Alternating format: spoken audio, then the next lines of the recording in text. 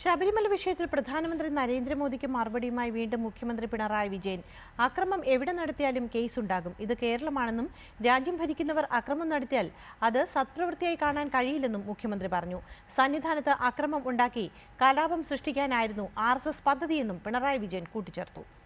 ശബരിമല വിഷയത്തിൽ പ്രധാനമന്ത്രി നരേന്ദ്രമോദി പച്ചക്കള്ളം പ്രചരിപ്പിക്കുന്നുവെന്ന വിമർശനത്തിന് പിന്നാലെയാണ് വീണ്ടും മുഖ്യമന്ത്രി പ്രതികരണവുമായി രംഗത്ത് വന്നത്. രാജ്യം ഭരിക്കുന്നവർ അക്രമം നടത്തിയാൽ അത് സൽപ്രവൃത്തിയായി കാണാനാകില്ല. അക്രമം എവിടെ നടന്നാലും മുഖം നോക്കാതെ നടപടിയെടുക്കും. ഇത് കേരളമാണ്.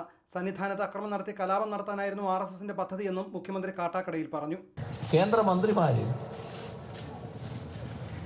മുഖ്യമന്ത്രി അടക്കം തയ്യാറാകുന്ന നിലയുണ്ടായി. ഇപ്പോൾ സംഘപരിവാറുകാർ ആക്രമണം നടത്തിയാലും അവരെ സംരക്ഷിക്കുക എന്താണ് നിലപാട്?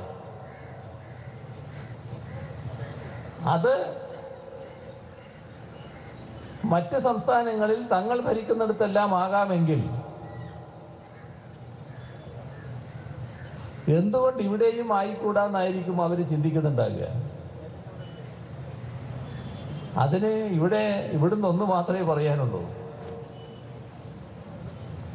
ഇത് കേരളമാണ്.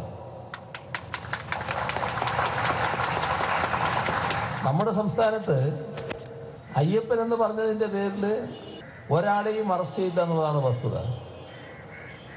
ആക്രമണം നടത്തിയാൽ അക്രമികൾ എന്ന നിലക്ക് കേസുണ്ടാവും. ശബരിമലയിൽ എത്തുന്ന ഭക്തർക്ക് ആവശ്യമായ സംരക്ഷണം കൊടുക്കുക എന്നത് സർക്കാരിൻ്റെ ഉത്തരവാദിത്വമാണ്. ആ ഉത്തരവാദിത്വമാണ് സർക്കാർ നിറവേറ്റിയത്. ശബരിമലയിൽ ഭക്തർക്ക് സംരക്ഷണം ഒരുക്കുകയാണ് സർക്കാർ ചെയ്തത്. കോഴിക്കോട്ടെ NDA സ്ഥാനാർത്ഥി കേസിലകപ്പെട്ടത് സ്ഥാനാർത്ഥി ആവുന്നതിന് മുൻപായിരുന്നു. പോലീസ് അറസ്റ്റ് ചെയ്ത് ജയിലിലടക്കുകയായിരുന്നില്ല. കോടതിയിൽ കീഴടങ്ങിയപ്പോൾ റിമാൻഡ് ചെയ്യുകയാണുണ്ടായതെന്നും മുഖ്യമന്ത്രി വിശദീകരിച്ചു. കമ്മ്യൂണിസ്റ്റുകാർ ഭരിക്കുന്ന കേരളത്തിൽ അയ്യപ്പന്റെ പേര് പറഞ്ഞാൽ ജയിലിലടയ്ക്കുന്ന സ്ഥിതിയാണെന്നായിരുന്നു പ്രധാനമന്ത്രിയുടെ പ്രസംഗം. NDA സ്ഥാനാർത്ഥിക്കെതിരെയുള്ള പോലീസ് നടപടി ഇതിന്റെ ഭാഗമാണെന്നും നരേന്ദ്രമോദി പറഞ്ഞിരുന്നു. റിപ്പോർട്ട് തിരുവനന്തപുരം.